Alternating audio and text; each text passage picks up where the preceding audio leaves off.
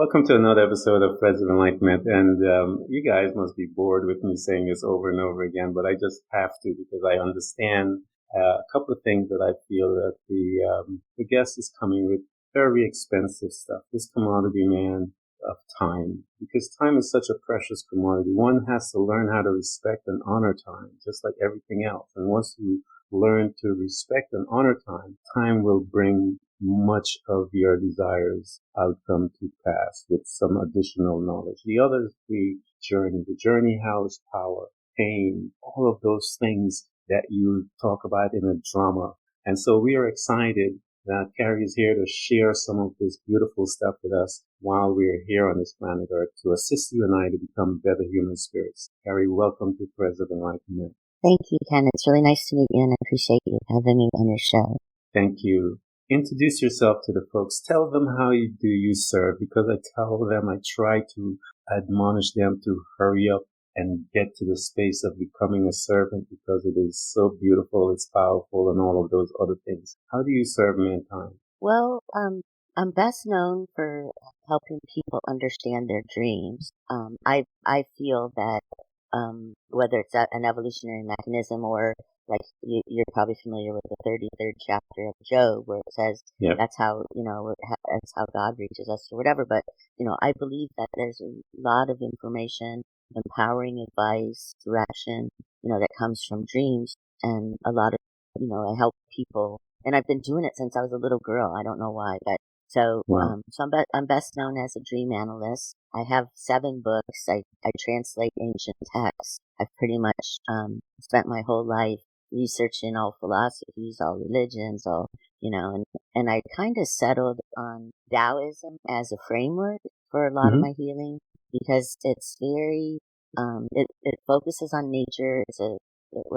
When it was coming out, let's say 2500 BC, it blended with Hinduism to become Buddhism, but the basic ideas of Taoism are really founded in nature for 4 billion years has been making itself better.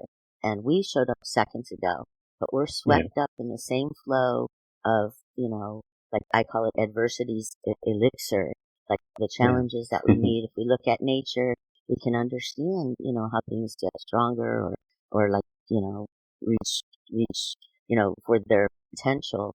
And I believe that, one of the most fascinating things that I've learned in nature is that at every moment, every single thing is a new and unique creation. And that means all of us. And so the whole, the idea of conformity for, trying to, get approval from others. I mean, the greatest gift that we can discover is that even among our siblings, we are unique. And so I help people like really, get comfortable in expressing that, that uniqueness, because I really think it's important to then start to tap your gifts. Yeah, so, I agree about that uniqueness. And I've been trying to allude to it for years, educating my listeners to it, that there are industries that are birthed because of our uniqueness. We have voice recognition, face recognition, retina, all of these. Our phone works on retina and all these faces and all the different things.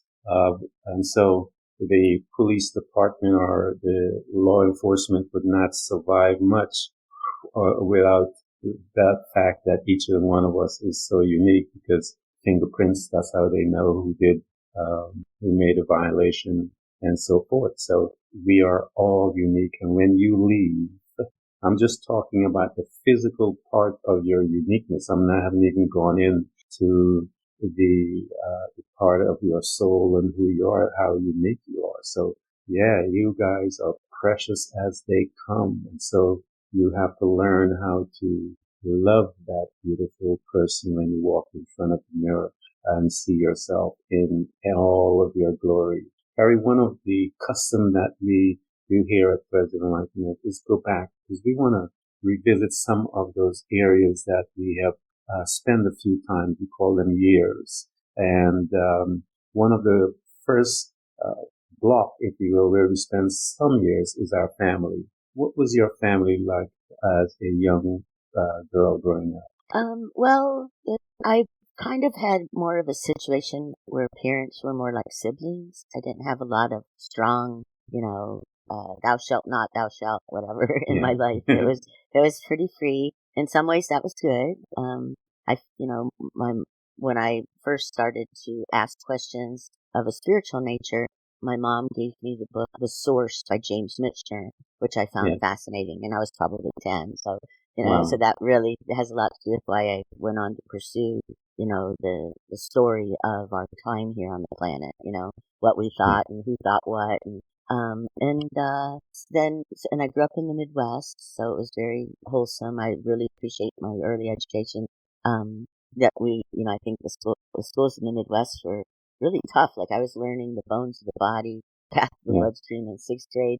Later, I moved to California, and I was like in high school learning how to read a ruler. So it's a little bit different. And another kind of interesting thing is my aunt was actually an astrologer to Ronald Reagan, Nancy Reagan's astrologer. And so I spent a lot of summers in LA with her, and she actually taught me astrology at probably age 8. And it's just one of the tools of like life is. We can look at our life, we can look at our dreams, we can look at a mandala, we can look at an astrology chart, we can talk to a priest, or there's a lot of different ways that we can get answers about our journey. And I just find astrology is kind of like HTML, looking at behind the screen. But again, that's something that is in the Bible, that we're the stars are there as a sign. And the wise man used it. Yeah.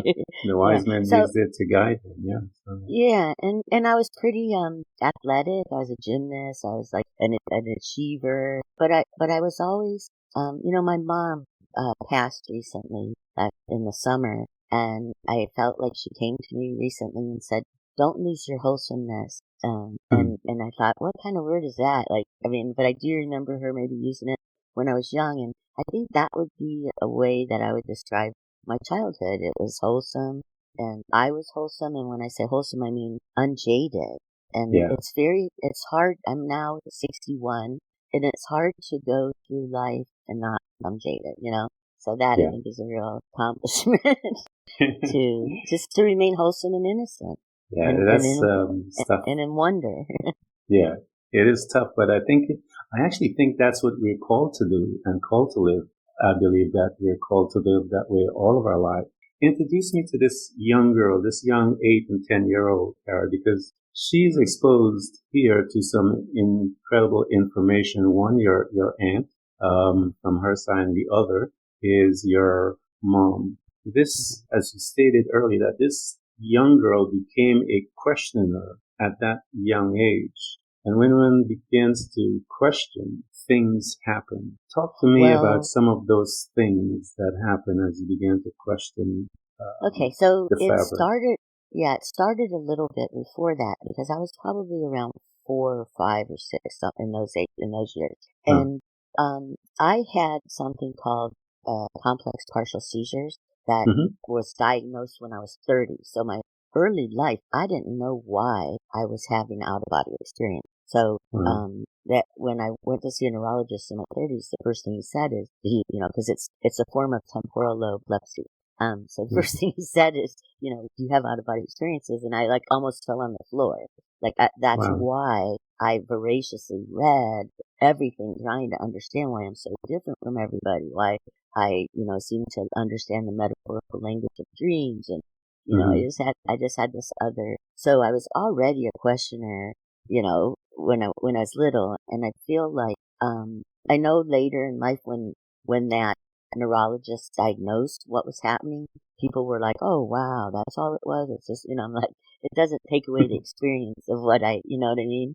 Yeah. So I mean, like by day, I was very, I want to say competitive. I wanted to win. I wanted to succeed. So, but I was also very curious about everyone around me, I was very there for people, you know what I mean? And of course, interpreting into their dreams. When I was really young, I would interpret people's dreams. And And so the actual seizure would come on at the onset of REM sleep. So like my brain would trigger into REM and boom, I would like leave my body. And can I tell you something that's kind of a crazy story? Yeah, please. So when this was happening, everything would get distorted. So like I'd be up by the ceiling, I'd be down by the bed, under the bed, I'd be moving all over, and everything would be tall and skinny or short and fat, like stretched out, elongated. And years later, around the time like in my 30s, I went to an Einstein conference at UCLA, and they were, I'll just try to go through this really fast so I don't lose anybody, but they were talking about travel at the speed of light, and they were showing pictures of what it would look like, and everything is distorted. And so what I took, meaning that if you go forward, that dimension collapses, so it gets short and fat. If you go sideways, it gets tall and skinny. So what I took from that is that whatever was happening to me when I was a little girl, and a few kind of went away as I began to do my work, as but it showed me that we have an energetic state, what you would call soul, right? That away from the body, we are moving in this energetic condition. So it really, for me, at a very young age, validated the idea that we do have these two existences. Yeah, it's a powerful story, because that's why I wanted to go back and get some information on this young girl as to what was happening, because those are some intense things. And we know that some of the principles that you're talking about, all dream interpretation, all that stuff, Joseph in the Bible was one of those type guys. Right. And the Bible did say that in the last days, and that young men will dream dreams and so forth, and older men will see visions and all of these different things. So this is still alive and well, and dream state. And I know about traveling because in my meditation, many times I've left and went traveling and coming back into different things and so forth. One day I'm going to talk about that, but I mean, I've seen some incredible journeys and locations that I've been to while doing my meditation and so forth. So here's this girl. She has been touched or tapped, if you will, by the supernatural, and she's moving through. She's picking up some of your story. It seems as a very empathetic young woman, because a young girl, because she's here helping others and so forth already, become a servant already. As you're moving through into the high school age, if you will, because back in high school age is where we start, developing all kinds of stuff, and we get to a taste of more personalities and stuff like that. How was this sensitive young girl spiritual moving through in that space? That's a good point, because that really left a mark on me my high school years, because I was a cheerleader, I was attractive, I had a lot of attention, but I was on an island. Like I felt like, and I had a sense that everybody felt the same way. Those are the toughest years to have the sense of, the fear of the future, the fear of whether you fit in, whatever it is that's going on. That's what led me. I started to do a course when I was older with high school students. I actually worked in East LA with kids that were at risk of joining gangs. I would do these creative programs with them because I felt like they were on an island, and that's another thing that I really promote is art and education. It's the only way that a child can tap into it. Luckily, I was a poet, so I had a connection to my inner vision, my drummer, but what I found is these kids, they wouldn't say anything. Like, let's say I had 10 kids at risk of joining gangs in a room, and I take them through a 6-week course of using various art, and by having them write a poem about a feeling, but don't talk about the feeling, talk about something in nature that personifies it. Pretty soon they're sharing the idea among them that they all feel the same way, and the blossoming that occurs. I know it kind of went beyond what was happening to me in high school, but I feel like it inspired me later to do a lot of work with that, that age group. And I actually started working, my first job, I worked for Mario Andretti. I'm not kidding. He had a racetrack in Sacramento. Around the years that he was winning whatever it was, the Formula races. The Formula, Yeah, so, Formula One. and so I basically finished high school early. You know, you can take tests and then do work experience or whatever. And I had my own apartment at 15. Wow. Can you believe that? Like, That's I was incredible. working. I didn't have any dishes. I had like maybe one pan and a bag of peas. And I love it. I never forget that. Like, it was like, I always talk about Wow. when tough times are coming, oh my God, I gotta go back to the bag of peas. You know?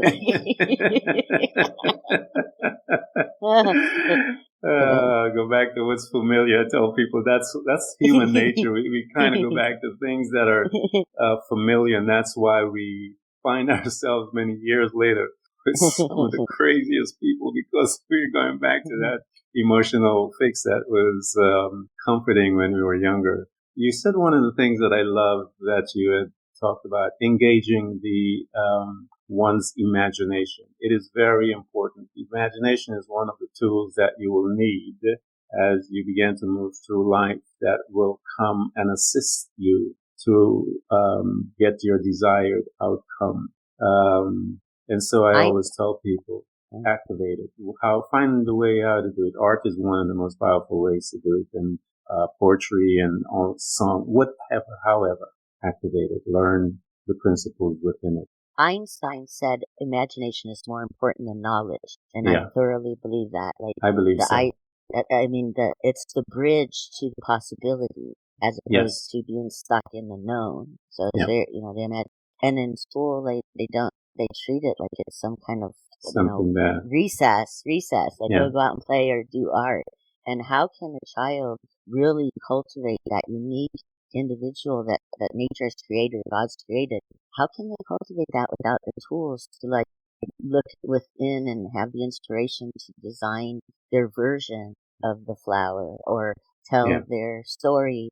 You know, poetry's a great thing to develop the imagination and self-esteem. Poetry helps a child express emotion. Like in that metaphor, they can hide, so they can be more expressive without giving away what they might be embarrassed to share, or you know. So, and in fact, that's what I see in dreams. Dreams have that same quality. They use metaphor, symbols, and they evoke an emotional response. So we can get to that later if you want to know more about dreams. Yeah, we're going to get some of that, because I have books on it as well. It's dreams. It's really interesting about dreams. Mine, Kari, I don't remember them much, but when I do remember them, they always come to pass. Every single one of them. There's not a time that but when one is very impactful, emotional, intense, I'll wake up and I will begin to write notes about it,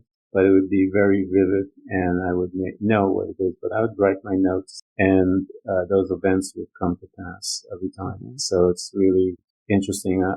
I mentioned before, guys that are listening, Joseph in the Bible, he changed his life as he became an interpreter of dreams. He actually became the ruler of Egypt because he knew how to interpret dreams. So interpreting dreams will get you promoted, if you will. I was going to say, that's my next goal, is to become the ruler of Egypt. but I wanted to touch on one thing that you mentioned. It's normal not to remember your dreams. I'd say 95% of people don't remember your dreams because we're not meant to. I mean, our dreaming process is like our digestion. You know, there's some nourishing things that we've eaten, and there's some not, and things that are good or kept, other things are eliminated, and the whole dreaming process. Like, I feel like ego plays a big part of our daily routine, and ego is really just the face of our defense mechanism, our fear of survival, whatever you want to call it. Mm-hmm. And we can encrust ourselves in a state that we won't change, and we can start to like get self-good behavior. And when we fall asleep, there's portions of the brain that abate, that don't have the same, control over us. And if there was a way that the metaphysical, as you call it, God, whatever you want to, nature's evolutionary drive, if there's a way for this mystery to reach us, it's going to be in that condition. And we don't so we don't necessarily have to remember the dream, but we're spending almost half of our lives in exploring ourselves in our self-created we're growing every bit as much from the dreams that we're having as we are from those experiences we're having by day. Yeah, I agree. And I agree even with more so, because we don't have our fears and ego and everything protecting us from exploring possibilities. you. As this young girl moving through, because we were talking, what a powerful story in the sense that all of these, you're awakened, and yet you're dealing with the limitations, if you will, and you're learning about the imagination, those parts of us that goes beyond the fearful world, that can pull things from the spiritual realm into the natural realm. The imagination is very important in that aspect. Athletes utilize it when we get in front of the starting block. Even way before that, they're utilizing imagination as they're beginning to see themselves running and all these different things. Here's this young girl. She's looking at college. She's looking at her future. She got her own job at 15. She's working, got her own place. And you're looking into your future, Kari. What do you see as this 15-year-old girl with the beans and the one pot? What does she see as she's looking in that direction, if you will? It looks dark. I mean, I'm going to be honest with you. When I was a teenager, I didn't have I guess, like I said before, I was having these seizures until I started to do the work. And when I looked forward, I was just basically trying to take care of myself. That was all I was concerned with, getting the education, taking the jobs, whatever, getting the right car or working. I went from that racetrack job to, I learned import export in the port of Sacramento. I got transferred, to Phoenix, Arizona to sell ocean freight. Now I'm a good looking little blonde youngster, trying to do sales work. And so of course I had a lot of that, not, sexual harassment, I guess you can call it. I had to encounter a lot of stuff that wasn't great. And then, but because I knew import export, I got a job on Rodeo Drive. So I definitely feel I went on this roller coaster ride of, rags to riches so I became a buyer. I got the job that every girl dreams of. I'm 23 years old. I'm traveling around Europe, going to runway shows, staying in castles, eating at the finest restaurants in Milan, Florence, Paris, Germany, all over. And I kept having this dream of I would be getting on the plane with the rest of the buyers, but I didn't have my makeup. And in the dream, it was so important. And a lot of that being in that environment, it was so shallow and it was so disturbing at some level that I finally realized that this isn't me. The makeup is, I can't put on a face, play a part. And that's when I shifted from the darkness of the whatever life I was living from my teens to about 22 is when I decided I need to keep pursuing this. I was called to by looking through all the ways of why the things that were happening to me metaphysically. It was like I honest to God, I had boyfriends. I'd have to hide all my books from them.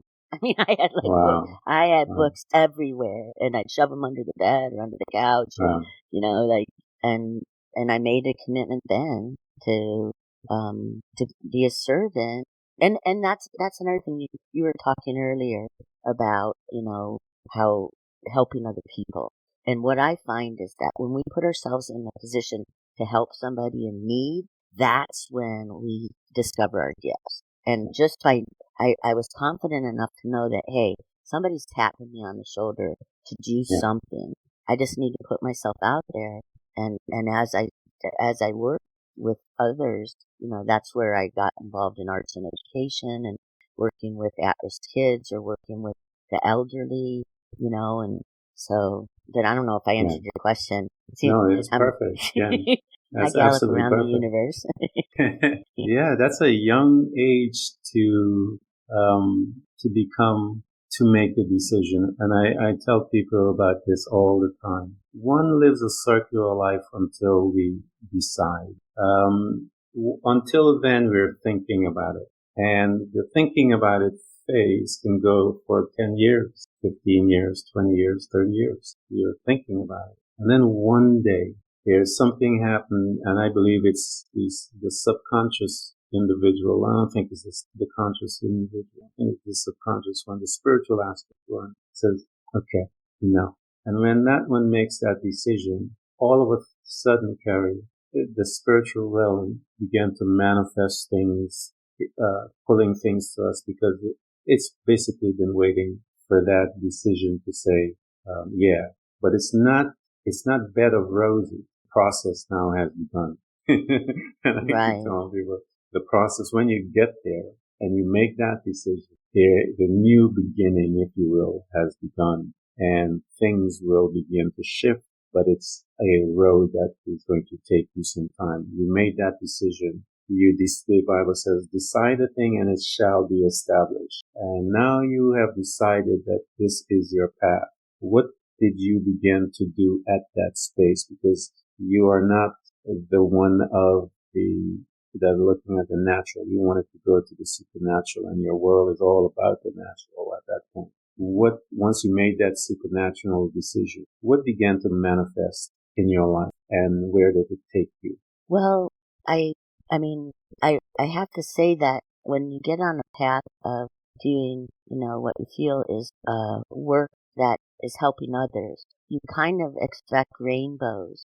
And yeah, like a big lie. Yeah, you expect like things like oh the angels are clapping and let's just make sure she's protected, and it's just the opposite. The opposite. It's the opposite because there's the idea that suffering is what brings us, which is what strengthens our faith. It's what brings us closer to the guidance, or and I experienced a lot of upheaval. Like I married a man that was an actor about the time that I was, a buyer on Radio Drive. And this is like in the 80s, 90s, early 90s, just right when Magic Johnson came out and announced that he was HIV positive. We were trying to get health insurance because we wanted to have children. And this is when I'm working in all these schools and I'm doing all this great work. I had a big, art festival with all the senior citizens in the park in LA, like they were doing drama. How is that? Everything was golden and wonderful. And anyway, he came home and told me he was HIV positive. So as a heterosexual couple, that's very, it's different because there's at the time, who was I going to talk to that could relate to this sort of thing? And of course, my first feeling is, why, after all this good work for all these years, why are you punishing me? It's the age-old story. That. Isn't that wonderful? Yeah, and it's like, and of course, it was after that I went to at that weekend, and you have to think at the time, I believed I was HIV positive too. You just do, because I've been married to this guy, and it turns out I wasn't, and that's what, that relationship, as much as we're great friends, obviously it ended, but that weekend, I had already signed up for that conference, that Einstein conference I mentioned earlier, and I didn't know if I should go, and that was when I sat in the audience and saw, that was when I got the confirmation. 2 days after finding out is when I saw that when you travel at the speed of light, things get distorted, which was what affirmed what was happening to you when I was 6 and 5, and, that yes, you were. It was kind of like an affirmation that that nobody can help make sense of, I would try to tell people around me, but look, you travel at the speed of light, and that shows that you have a soul, and they're like, okay, what are you smoking? So, and, and that's kind of what the journey is the big word is faith. The big word is that wholesomeness, innocence, that ability to, like, maybe right now, I don't understand why it looks so dark or bleak, but I know that I'm loved. I know that somebody's continued to tap me on the shoulder, and I'm going to keep searching. I'm going to keep listening. I'm going to keep watching. I'm going to try. I'm going to be, and let's just see what unfolds. And so, so that was kind of awesome. That period. I just had a conversation with someone. I was just bringing some information to someone about what you just talked about. And I told them that and I took some stories out of the Bible because my background is church. I grew up in it. And I was a pastor and so forth. And so I'll tap into some of that, information to bring out the story. I was telling someone, when one starts on a faith journey, as you said, we think that we're tipping toe through the tulip and everything is all nice. But every story that you look in the Bible and they started their faith journey, most of it was about the testing of their faith journey.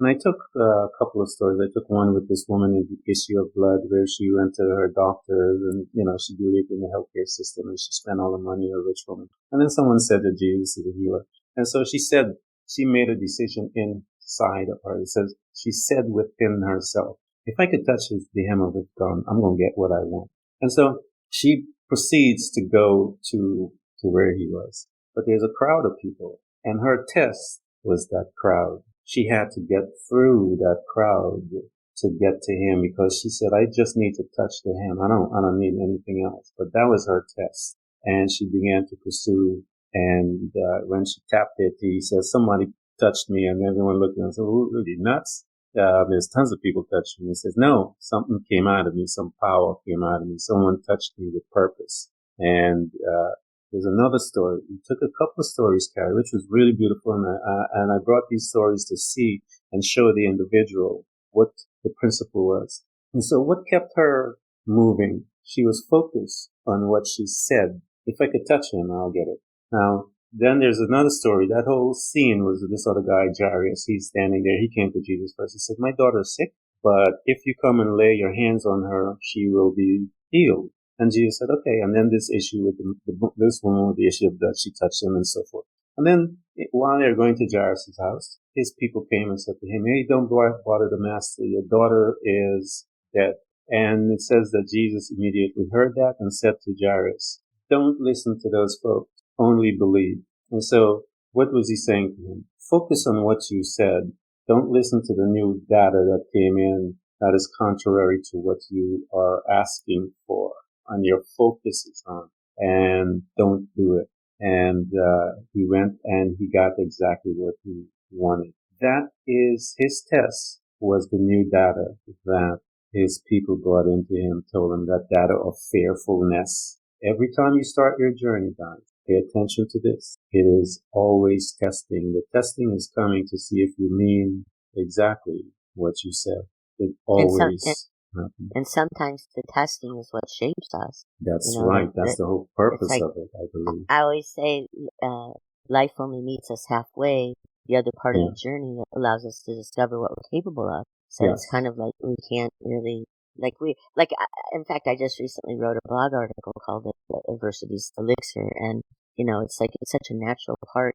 It's like the relationship that we have with adversity or conflict or just, it's, if we could just see it as the same steps forward as success. Yep. Success always comes with a little bit of, and so when sometimes very challenging, and I'm not talking about like trying to win a race and not make it, when you're really, feeling grief, so you lose a loved one, you lose a job, when life turns upside down, it's because God, whatever you want to call it, is grooming you. It's like the relationship that we have with that is so important. Creation is darkness first. Right. And I tell people, when there's darkness in your life, you know that something is about to be created. There's something new coming out of you. And once it comes out of you and you get it, then it'll manifest. But creation, it's said that when he showed up, it was dark, and then he began to speak. Because so it's a sunrise. Going to begin to speak. Yeah. It's a sunrise. It's a rebirth. Yes, it is. It's absolutely. And you can't have the rebirth without the darkness. Absolutely. Sometimes you can't find your inner light until it's dark. That is the purpose of the darkness, Karen, to make you aware of the inner light. That's what and I tell people you have to learn how to shift your perspective. And when you shift your perspective, you will always become, and it's always a small shift. It's not a major thing when you shift it. It's how you perceive your situation. Why is it there? The purpose of your pain, I would tell people. What is the purpose of your pain? So when you what is the purpose of your darkness? As you begin to investigate it, it'll reveal itself, and then you get to 20-something years old. Go ahead.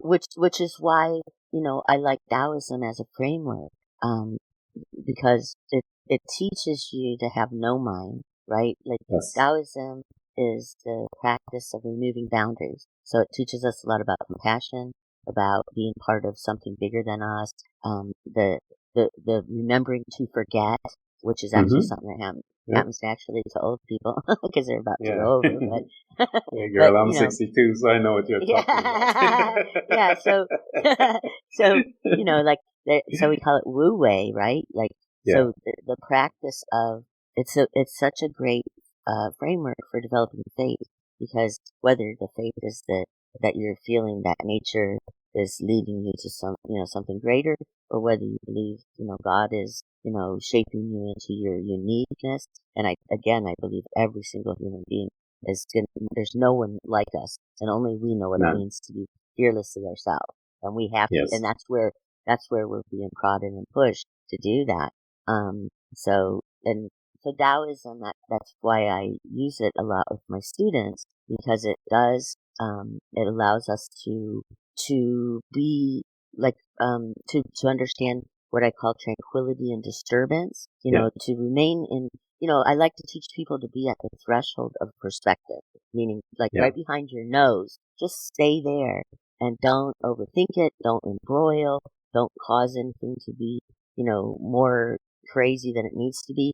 Just observe, know what's yours, know what's not yours, and so this sort of calm observance, then, you start to see that maybe our idea of time is that we should have answers right away, and sometimes it takes weeks, but we're patient, and we don't push and prod, and so it does lead to faith, to the development of faith. So it's kind of it's a beautiful word. And one other thing, I just have to say one other thing about Taoism that I think is really cool, because you were talking about technology before. Leibniz in the 17th century is a scientist.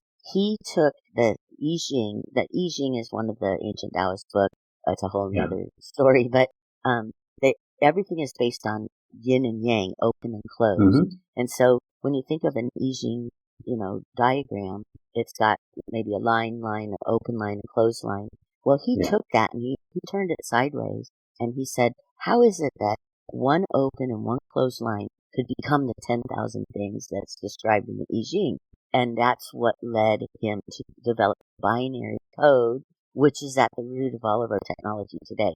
Open and closed, zeros and ones. So I just think that's really fascinating. That's something from 2500 BC, or the ideas from, way back when, inspired the technology that we think we're so far advanced today.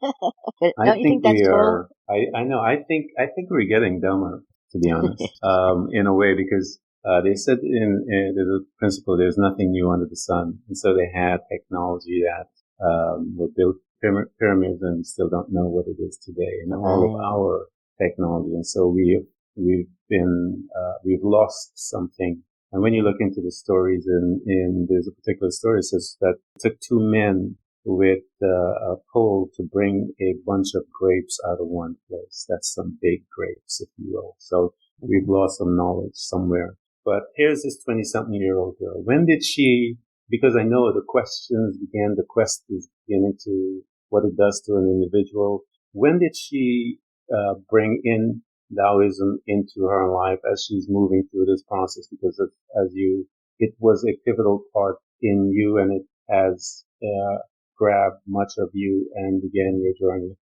Where did you begin to pick that up, and who led you there? Yeah, it wasn't until much later, because after what happened basically in my 30s is where we were at with my husband and the Einstein conference and blah blah blah. Things got a little bit distorted, because obviously it's a difficult way to have a relationship, and in some ways I had to I was being undermined in my ability to believe I could. How relationships can get. And you can get disempowered, and I really felt like I was crawling on the ground eating rocks to get out of there, like a Marine, and so Wow. I went through a period where I managed like a huge real estate company, doing a lot of sales, and I became a leader. I, I kind of left my healing journey for a bit, Yeah. and really would work with people to help them achieve their goals. That was a lot like what I had already been doing, right? Like believe in yourself and what are your Yeah. Yeah. gifts, and so it was after that that again I was so not fulfilled by by the money I was making, like hand Yeah. over fist money, and it was Mm. just not fulfilling for me, It's and not that's when designed to be. yeah, and so that's when I started writing books. So Yeah. that would be like in the early 2000s or whatever. And as I was writing one of the books, like I never felt like I wrote a book. I felt like the book Yeah. wanted to be written, and I was the scribe. Yeah. Because whether I would dream portions of it or it would, I would work with a client, and things that would come out of that would be in the book. Well, I had written a book called The Mythology of Sleep, which is a good Hmm. handbook for people that want to do dream therapy with people. I have another book of mine's Mirror that's just a dream dictionary, and I have like a website that you can interpret your dreams. But this particular book, I see dreams like a hero's journey, Yeah. because it's all about you. The landscape has got a lot of really great information. You're trying to understand your destiny. And so I took the mythology from all over the world, starting in chapter 1 with the Norse, and then the Egyptian, and by the Hmm. time I got to I think it was the 8th chapter, I got to the Chinese. That was where Yeah. it seemed like everything in the 8 trigrams in the Chinese was Yeah. exactly what I had just written in the previous chapter. And so it was then that I really was like, wow, the the ideas that came, I I love this conversation. So here you are. I actually read that book, Jim, and I read many of Lo Tao's books and Confucius and all these guys. For some reason, I felt a connection to Chinese writing and philosophy. Um, I was very enthralled with the samurais philosophy, all these guys, and so I was drinking up from Asia all of the different types of Japanese, Chinese, but Chinese. When it came to spirituality, I was being pulled a little towards that. I studied Chinese martial arts and stuff like that, and so it opened me up to many adventures in the realm of the spirit, and meditation became one of my friends that I utilize in my life to help me to become who I am today. So here you are, you're beginning to write, and you're beginning to release some of that knowledge that was inside of you. And as you're doing that, talk to us about your life at this period, because here you came out of your situation, and said you felt like one of the army boys, military guys it was crawling it in the was mines. yeah, it felt like a real survival. Like I did, and that was what was weird, is I didn't believe in myself. Like somehow I had Yeah, become, out of all those things I had accomplished up to that point, they were worthless because somehow yeah, I got totally disempowered. And so yeah, the climb back up was kind of was like great, because I felt really good about myself. And I think that was where I started to take all of the stuff I learned in leadership, yeah, and I started to apply it to the healing. It wasn't so much now just about, oh, what are you feeling? How can I help you feel better? It became like, are you ready to own yeah, are you ready to own your story? Are you ready to be a hero? Are you ready yeah. to be the best you can be? And so so it came out more like, that. And, How so yeah. how did you put yourself back? Because a lot of people are training, they're eating rocks, if you will. And for those that are eating rocks, because it is a painful place, I've been there. I was eating rocks for years, and I didn't believe in myself. I hated myself, and I had to learn how to love this beautiful creature in front of the listeners and those that are listening to us. I had to You're learn how to amazing. love Can I just say, it. let me just sing your praises for a second, because you're amazing. Go ahead. Oh, thank you. I had to learn to love him because they accept him and all of the things. So I understand about eating raw. What were some of those things because you were here in it, in the spiritual realm for a while, and people don't understand that we put ourselves in a situation that causes us to get to that place where we are military style living, if you will.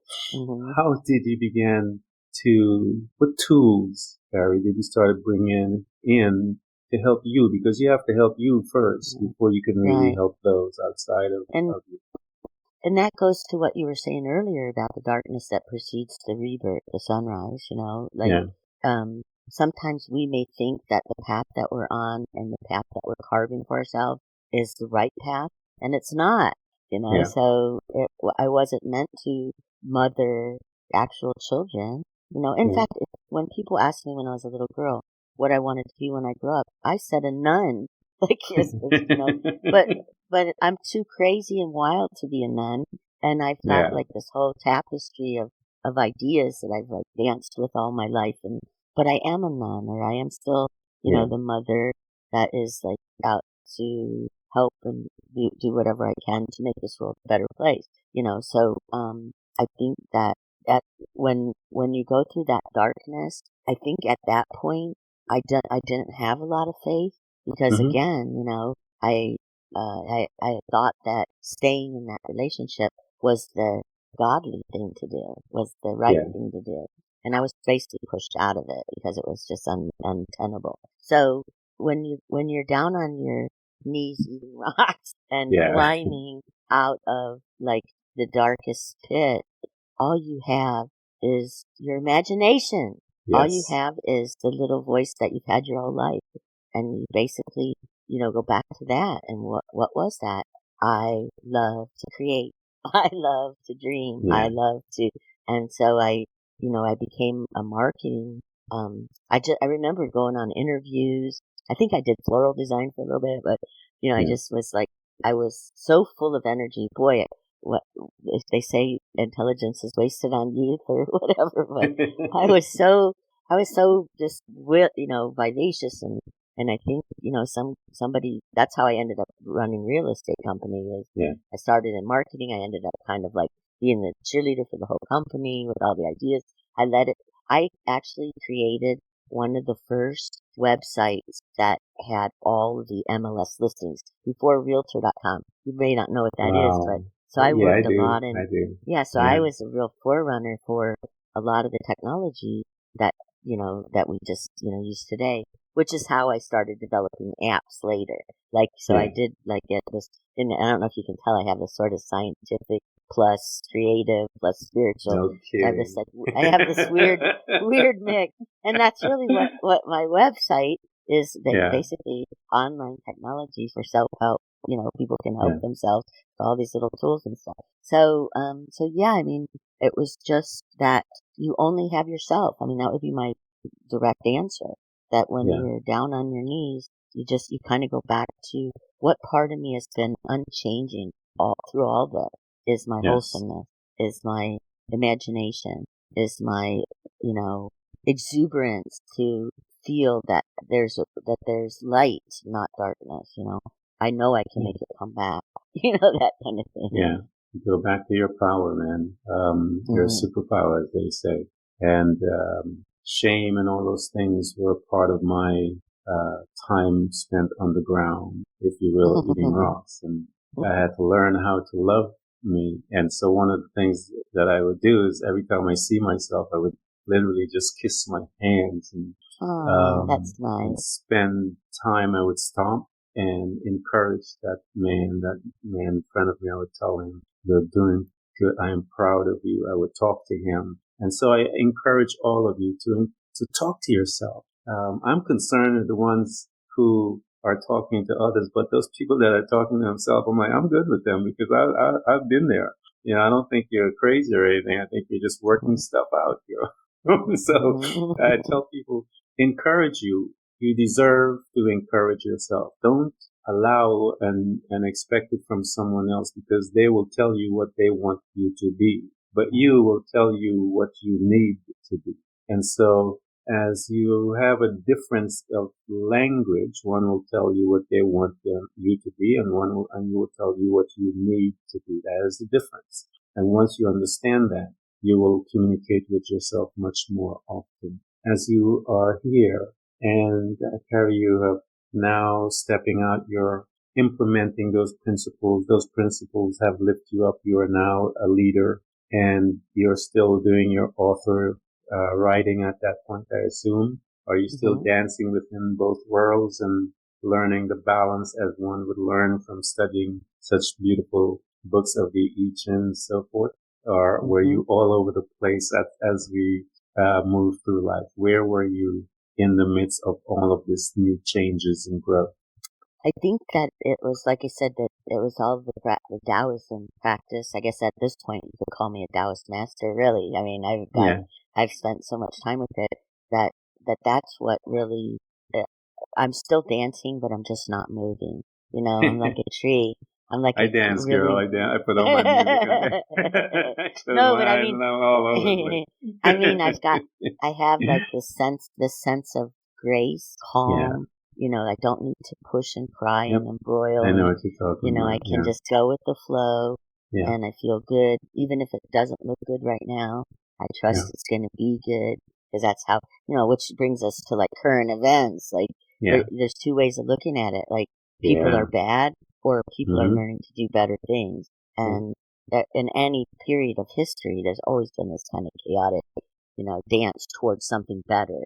And I feel very optimistic and hopeful, regardless of what's going on, you know. So, darkness before light, Kari. It is the cycle of creation. And anytime you look at the Renaissance, you look at the Dark Ages, you look at all those different things, and you will see that cycle alive there. The cycle is alive within politics. It's alive within culture. It's alive within nature.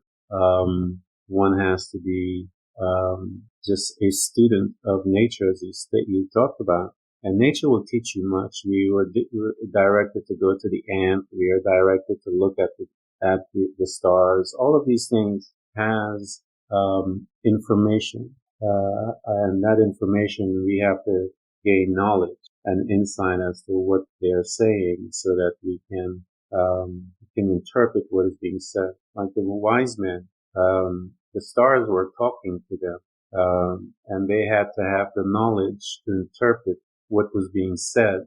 And with that knowledge, they started a journey, because the information was saying to them, there's a king born out there that you need to meet.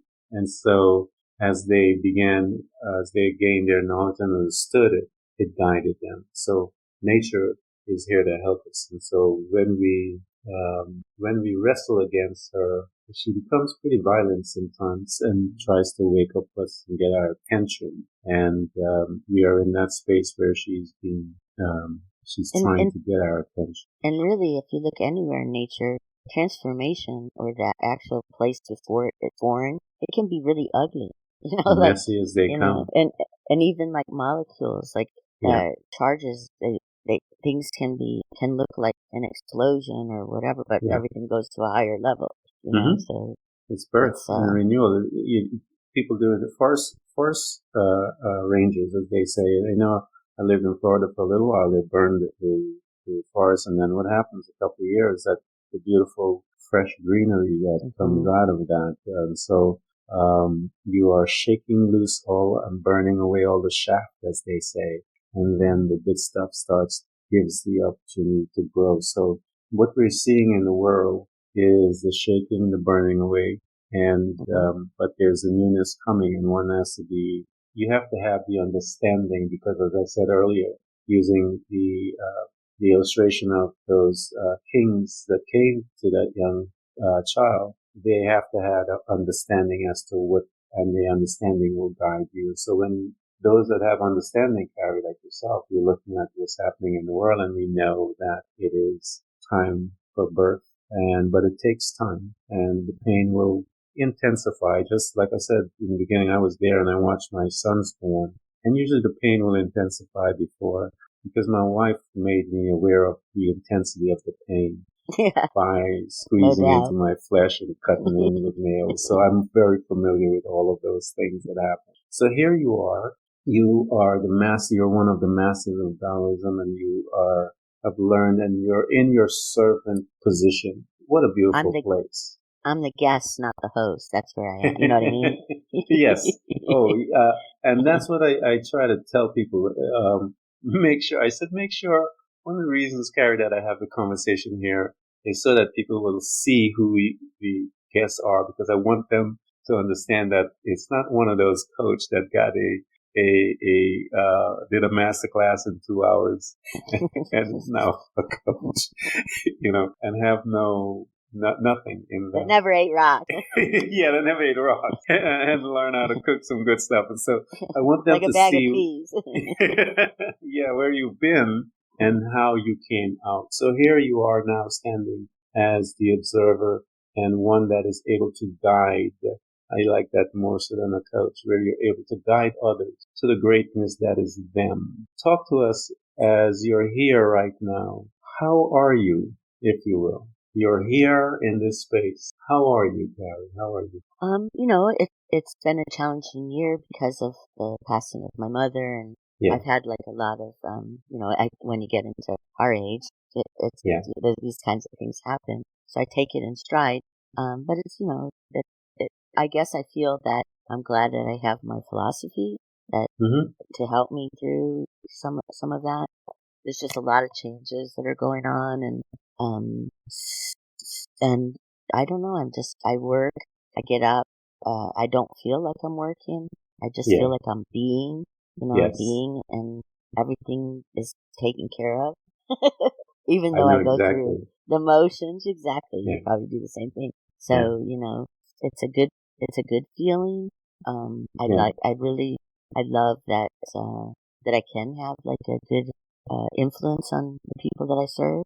yeah, I like that I did become a nun in a sense that yeah, that I allowed that I didn't have like a real structure around me, that I can use all the tools, not yeah.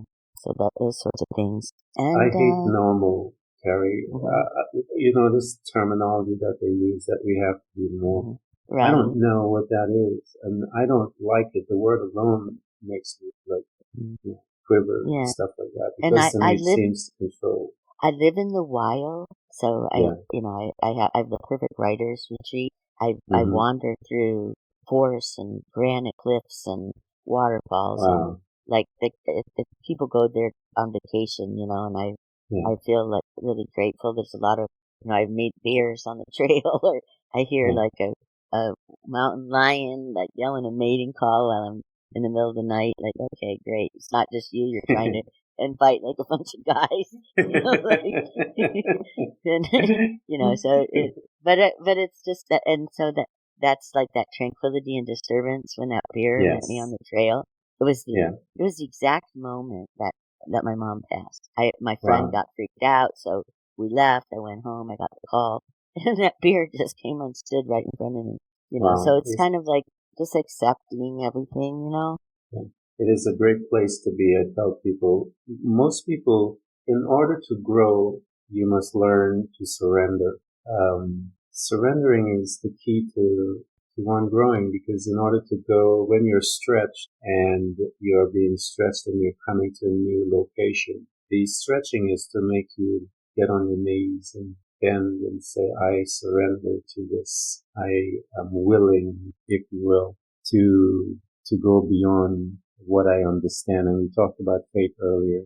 And I'm at the point in my life where I feel comforted, if you will, as I live, as I walk. I'm 62. There are things that my body and my mind are having different conversations sometimes, Yeah. and I have to learn how to mediate between them both so that we can have some peace in this house. And so all of these things, but in that mediation, I've learned to rest and allow myself to be. And I challenge all of you guys that have been listening to us. And I always say to you, become a hearer, not a listener, because it tells us that the hearer is the one that changed it pushes beyond you seek, you become a seeker. The listener will find another podcast, but the listener, the hearer, will want to become more inquisitive, will become questioning. And when you come questioning before someone like a sage like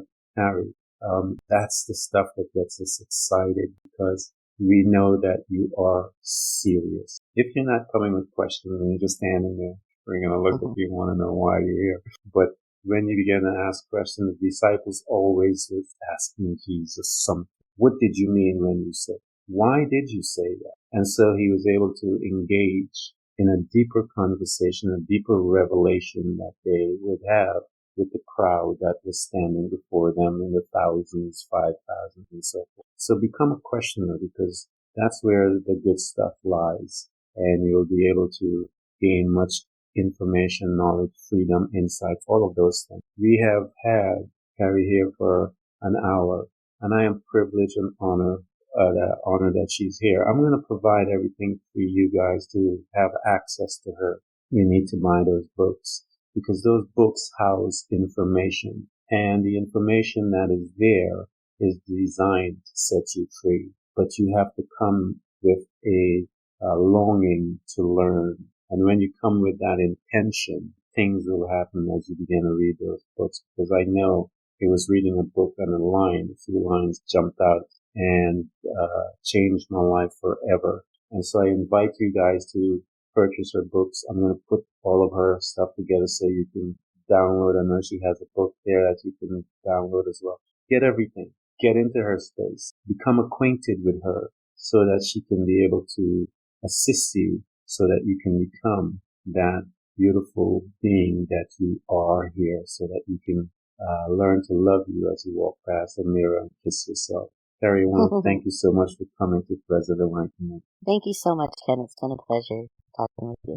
It is an honor to have you here.